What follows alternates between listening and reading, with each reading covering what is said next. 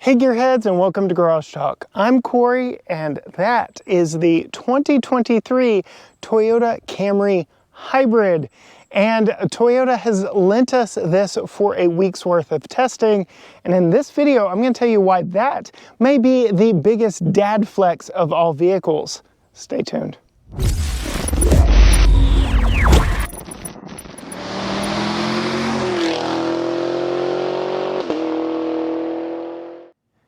All right, Gearheads, starting under the hood of the 2023 Toyota Camry XLE Hybrid, you get a 2.5 liter 4-cylinder. And this one, as spec'd, does not make a whole lot of power, but that is not the intent or goal behind this engine. So this is their 2.5 liter dynamic force 4-cylinder. It is dual overhead cam, does have variable valve timing, and it comes with eco, normal, and sport driving modes, as well as an EV mode. The actual gas engine only makes 176 horsepower and 163 pound-feet of torque, but it is mated to an electric drive system for a total system output of 208 horsepower.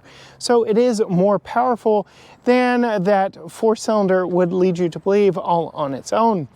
And you can see here that this is actually held up. The hood is actually held up by a prop rod.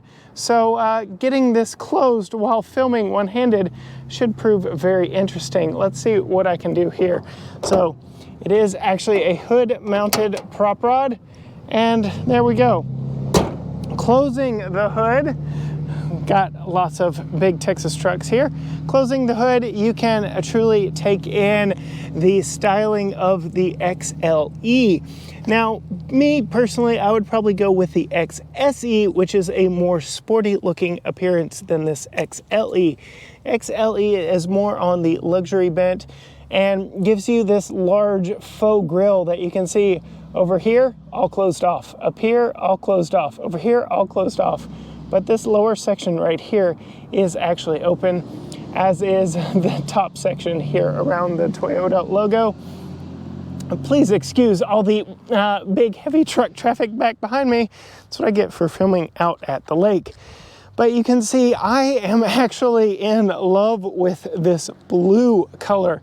And I have a sneaking suspicion that that feeling is not mutual between me and my wife. I keep going on about it, and she's a little bit mum on her thoughts on this blue color. I'm sure she will reveal that to me fully when we review this together later this week. But the XLE Hybrid gets these 18-inch wheels that are actually really sporty looking. I don't mind the design of these whatsoever. Running on Kinergy GT fuel efficient tires, so that helps with the 46 combined MPG that this hybrid gets. Nothing really screams hybrid about this vehicle except for way back here on the trunk lid you get the hybrid badge, and of course all hybrid Toyotas get the blue outlined Toyota logo on the front and back. Otherwise, this is a very handsome but very normal sedan. I like how the hybrid does not call out hybrid here on the fenders like previous generations have.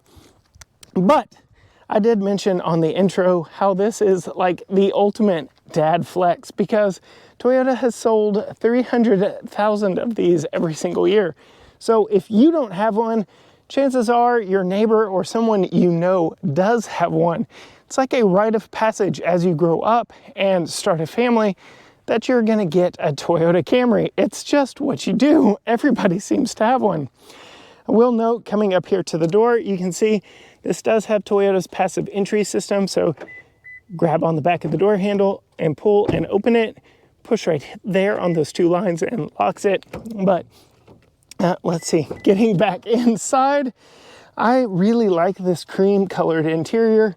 And you can see somebody has gotten it a little dirty here, but it is really easy to clean with the leather cleaner. So as a dad, it's not that big of a problem that it is a light colored interior, because it is very easy to clean. Getting in, closing the doors, gets very nice and quiet in here. I'm gonna go ahead and fire it up. Pushing that button does not start the engine because, again, this is a hybrid model, but it does start the interior accessories, the air, and the beloved ventilated seats. So keep me cool here on this warm fall day. You can see the gauge cluster. You get a analog speedometer, analog fuel gauge, and then over here you get your power meter. It tells you whether or not you're charging the batteries, whether or not you're using engine power. Gives you a lot of information there. And then this center screen here, you can see I'm currently getting 41.8 mpg, but it tells you a lot of different things, including your different drive modes. And then my favorite screen here is the energy meter. Shows you where the energy is coming from and where it's going, but there are multiple different things that you can do here on this center screen. But I will say, this energy meter is definitely my favorite. Moving up here, you can see we have a digital head-up display. Tells you everything you need to know. Controls in here, very easy, but I do kind of wish Toyota did not hide all of these buttons here to the left of the steering wheel. Get automatic brights, your traction control, camera view button here. So you can see when you push that, does a full sweep of what it looks like around the vehicle, because this does have their panoramic view monitor. You can't really control that. You can just pause it and wait for it to do its thing. But if you put the vehicle in reverse, you do get your 360 camera, your backup lines with trajectory both on the 360 and on the reverse. And you can do different views and angles here just by pushing that button right there. So really good system there. Pretty snappy, but a little on the grainy side. I very much look forward to Toyota implementing their new in-house designed infotainment system over this old outgoing unit, which they're slowly bringing to all of their vehicles. They just updated it in the Highlander 3-row SUV. Dual zone climate is very easy to use, very simple controls, not a lot of clutter with buttons up here. I like that a whole lot. Moving down here, we've got a USB-A and a we have the USB-A and the cigarette style outlet right there. Our model does have a Qi wireless charger that you can slide up out of the way for some additional storage down here and slide back into place. I like that. That's a pretty good use there. Forward and aft cup holders, mechanical gear select lever here, so I like that. It's not some Prius style joystick. Eco, normal, and sport modes, auto hold, EV mode, parking, electronic parking brake, and then I already talked about the heated and ventilated seats on our model. I really like the style of the dash up here. A lot of interesting looks and textures going on up here. Seats, again, very comfortable. Like I said, they are ventilated. They work very well. Center console is very large, and it comes with USB-A and USB-C inside. Very convenient for charging. And then you get your typical Toyota steering wheel with all of your standard controls for that screen there, for your adaptive cruise control, and for your radio. I will note this one does not have 3-position or 2-position memory seats here for the driver. Something that is kind of missing on a $40,000 or almost $40,000 sedan. I really wish that this had at least a 2-person memory seat, because it is a power seat, but sharing this vehicle with my wife, we will be constantly moving those back and forth. But speaking of seat position, I'm going to actually move into the back seat behind myself at 5'10". There is plenty of room back here and map pocket back in the back. But I have no complaints back here. Seat comfort is really good, and I do have 2 air vents on the back of the center console here. I do believe you have to go with the XLE or XSE trim to get those air vents back here in the back. Have a standard sunroof, so I don't have the best view here. This is my actual eye line right here. Don't have the best view out the top, but that's okay. And then there's plenty of room for our forward-facing car seat in here. If you want to see me install that, be sure and subscribe. And we've got a fold-down center armrest with 2 cup holders. Very interesting. Much like the 4Runner we've tested, it goes all the way down. It doesn't like hang out where you would expect it. It drops all the way down. So kind of interesting there. And then the center does have a big tunnel in the middle. So if you're planning on having 3 right across in the back here, that tunnel does come into play. Moving back to the very back and the trunk, there is a release back here on the trunk, kind of out past the Y in Camry. And I will note, this is perhaps the largest trunk I think I've ever seen on a midsize sedan. This thing is massive. It is wide and fairly deep and does a good job of swallowing cargo. And that's not even all. So right here under this optional mat, we've got a hook so that if you need to access your fix-a-flat and your jack and all that stuff, you can actually hook it up on the lip of the trunk right here and get to all that. So I really like that. That is a very nifty feature that Toyota has baked right in, but had to kind of wrestle with the mat a little bit, putting that back in place. But I just can't believe how big this space is. Well, note, it is a 60/40 split bench rear seat, but this right here, this is the only way to do it. And they don't fold all by themselves, so you have to climb in and push them. As you can see here, it is not a flat fold rear seat, so Toyota has actually put in a little bit of styrofoam here to give you a ramp going up to it. So if you need additional storage back here, you can get it from the 60/40 split bench. Interestingly enough, with my child seat in place, I've only got that 40% to deal with right there. So hopefully I'm not having to carry anything too big for too long. But that is about all the time we have on the exterior of this. Why don't we hop in and see how it drives? Getting in, pushing the blue power button because it's not an engine start button, since the engine doesn't fire up immediately in this hybrid. Putting it in reverse, checking my 360 surround view camera. And I can get out of this parking lot very easily.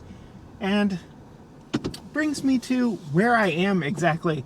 I don't normally start these reviews off in a parking lot in a city environment, but this being the hybrid model, I figured, hey, we'll put this thing through its paces and see what it's like in stop and go traffic.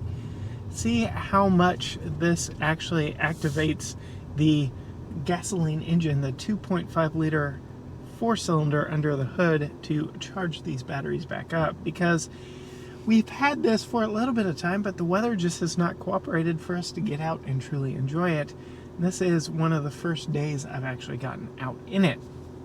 I can say though, getting in behind the wheel, it is a very comfortable car, and just it's refreshing to have a good sedan in our driveway, and one that fits our family quite well. Y'all know just from following the channel, we've got a 4-year-old. His car seat's in the back. If you want to see me put that car seat in, be sure and hit that subscribe button and ring the bell so you will see our family video when it drops later this week with my wife behind the wheel. It's actually dropping on Thanksgiving, so look forward to that very soon. But everything is very well laid out here in front of you, and I absolutely love the digital screen here in front of me that it's kind of like a game, and it allows me to monitor the power input and power distribution, whether it's coming from the batteries or whether it's coming from the engine, and whether or not we're charging the batteries back up. Like I said, it's like a game to watch that go back and forth and see that adjust over time. But we're going to see, like I said, here in stop and go traffic, just what this thing is like. Some things I absolutely love about the interior while we're sitting here waiting on traffic is the heated and ventilated seats. I mentioned those earlier going through the walkthrough. These ventilated seats, not only do they work very well, but they stay on when you've turned the vehicle off and back on. So I set these the first time I ever drove this. They haven't gone off since. I absolutely love that. And more vehicles should have that feature built right in, especially if you plan on selling them in the South or in warmer climates. That is just a key selling point to me if you're trying to gain a favor in my eyes as a consumer. But now that I'm actually out on the road and out of that parking lot, getting this out in the road, the steering is very light and allows me to maneuver very well through traffic. And I appreciate the steering wheel. It is very soft and leather wrapped and has all my controls up here. If you've driven any Toyota product lately, you know you can adjust everything in the center gauge cluster with everything here on the left. On the right, you've got your radio controls, you've got your lane keep, your adaptive cruise. Everything is up here, and then I've got this touchscreen up here that allows me to set my destination. It does have wired Apple CarPlay and Android Auto through this USB-A plug. There's also a old cigarette style lighter plug right up here. But even though this has a USB-A for the interface with the Apple CarPlay, you do have a USB-C here in the glove box that'll allow you to charge your phone much faster, and there is a secondary USB-A in here as well. But getting out and driving, finally we have a green light and we're out of traffic, and this thing drives quite well. Just getting on it and going through traffic, the engine starts off flawlessly. Like, you don't even really feel it. You can kind of hear it if you're listening for it, but it is rather silent in its operation. And yes, it's powering the battery right now. It's not even powering the front wheels. So while it is on, it's really more in a generator capacity at this current moment, but I'm sure if I were to floor it, give me that extra power that I need to go. As I slow down to stop at these red lights, I am putting power back into the battery just from the braking operation of this vehicle. So really efficient in its operation and how Toyota has designed it. Toyota is the leader in hybrid technology. I mean, the Prius kind of changed the automotive world altogether. And I don't get why more people aren't buying these over a Prius, because the fuel economy numbers on this are astounding. 46 mpg combined in what is otherwise your typical Camry. There isn't a lot that just screams hybrid outside of that hybrid badge on the trunk lid and the blue Toyota badges on the front and rear. Otherwise, this just feels like a normal sedan. I will note that while we were at the LA Auto Show, we were able to see the next generation of the Toyota Prius, and be sure and check out that video for sure. But yeah, this just feels like a typical Camry. It drives like a typical Camry. You've got your mechanical gear selector here, or drive selector here, not the Toyota Prius little joystick unit. Like, it just feels like a Camry and gets incredible gas mileage, which kind of takes me to what I was talking about before in our walk around, with Toyota selling, and I kid you not, over 300,000 of these every single year, with one exception since 1994. And yes, that one exception was the year 2020. We all know what happened there, and they just barely missed that 300,000 unit mark. This really is the ultimate dad flex.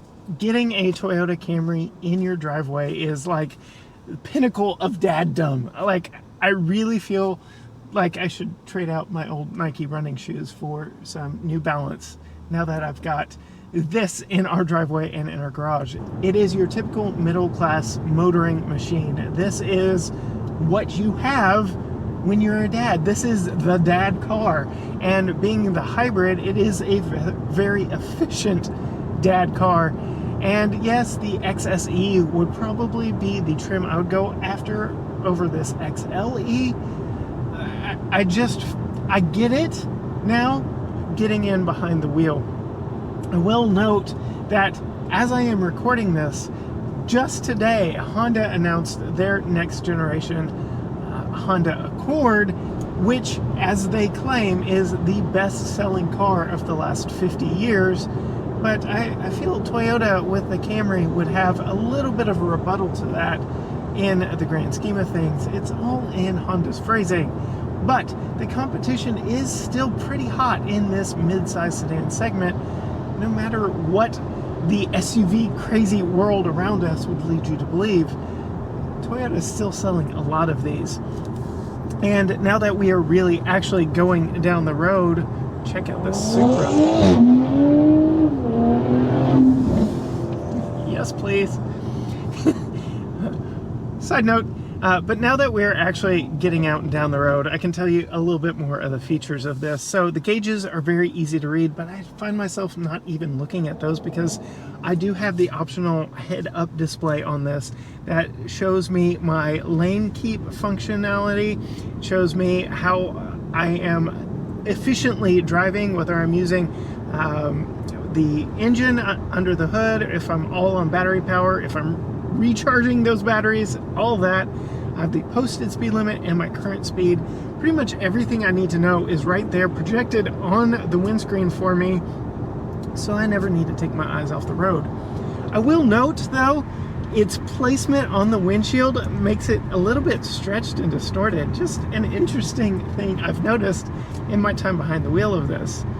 Other than that, just looking around here, I understand why Toyota sells so many of these.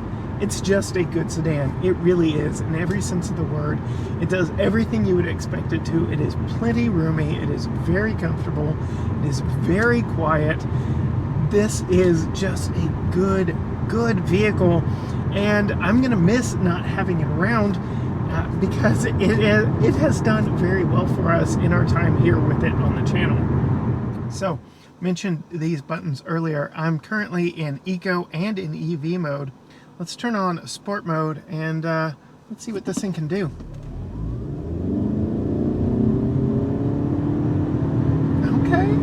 Okay.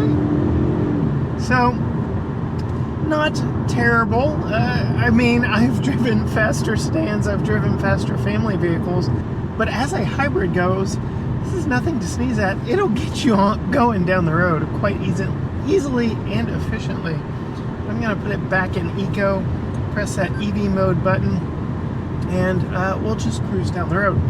I will note that in Sport mode, with my foot down, not only was the gas engine powering the front wheels, but so were the electric motors. So this thing was really moving down the road. So that 2.5 liter four-cylinder doesn't have to do all the heavy lifting when you really need it. There are those electric motors for backup when called upon.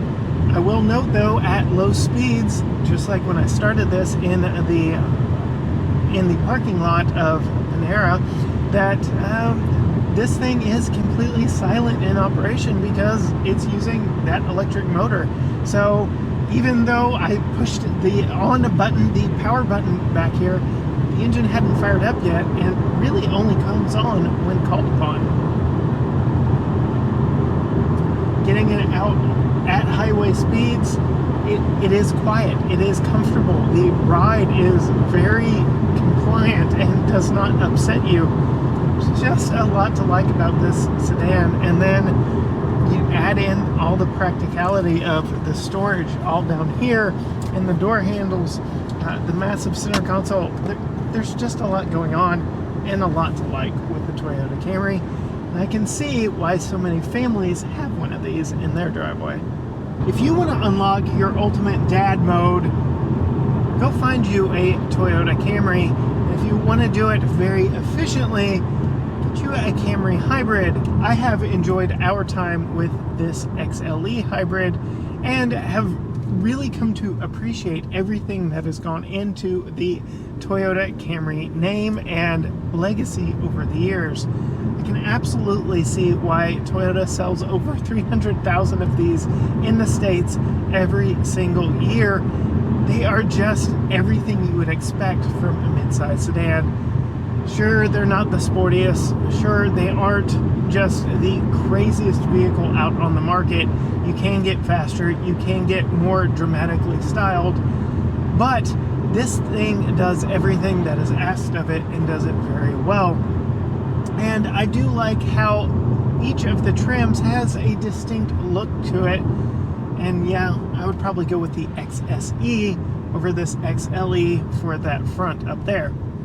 If you want to see what my family thinks of this vehicle, again, be sure and hit that subscribe button down below and ring the bell so you will see our family review when my wife drives this on Thanksgiving Day. But as for me here in this one today, I'm going to enjoy driving this very efficiently and bid you to go find us on Facebook, Instagram, TikTok, Twitter, YouTube, all the things at GT Garage Talk. Give us a like, follow, you know, all those things. And until next time, gearheads, bye.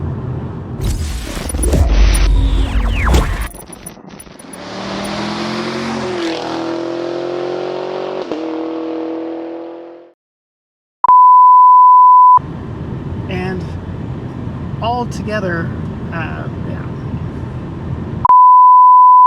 All right, getting in, pushing the blue engine start-stop button. Okay. Try all that again.